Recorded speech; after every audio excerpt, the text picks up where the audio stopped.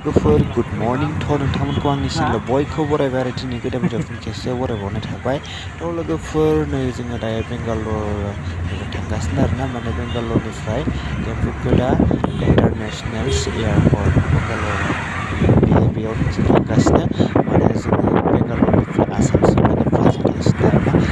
दायो जोङो एयारपर्टसिम थांगासिनो थ' लोगोफोर नैबे आदामोना जोंखौ दायो गावसोर थाग्रानिफ्राय माने बेंगालरनिफ्राय बे जि एयारपर्ट जों गाखोनांगौ बिसिबां दोनलांगासिनो आरोना नैबे आदा सानैया दायो जोङो थांगासिनो आरो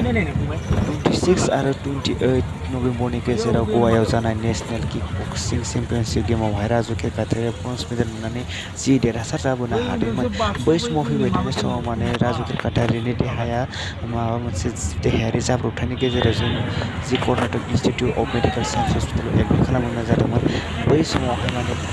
बेंगालर बड' एस'सिएशना जोंखौ हेफाजाब होदोंमोन आरो बेंगालर बड' एस'सिएशना जोंखौ न'सिम फैनायसिम हेफाजाब होदों बैनि थाखाय जोंनि बेंगालर बड' एस'सिएशनखौ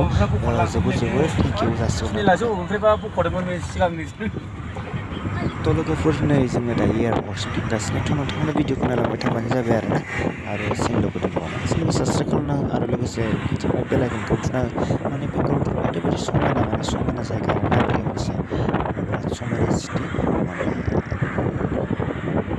साखोन सिखोन आरोना बे जायगाया नै लोगोफोर लामा सेर सेर फुल बागान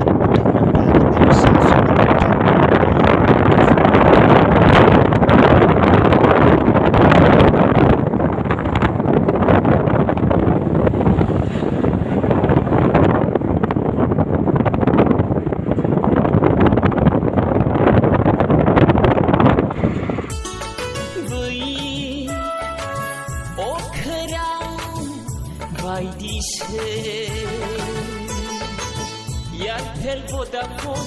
जिअ सिमनि नेटपेक बायदि नङा सना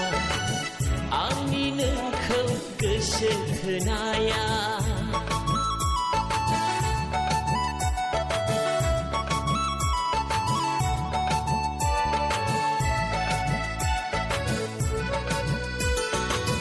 दायो जों एयारपर्टआव मोनफैबाय लोगोफोर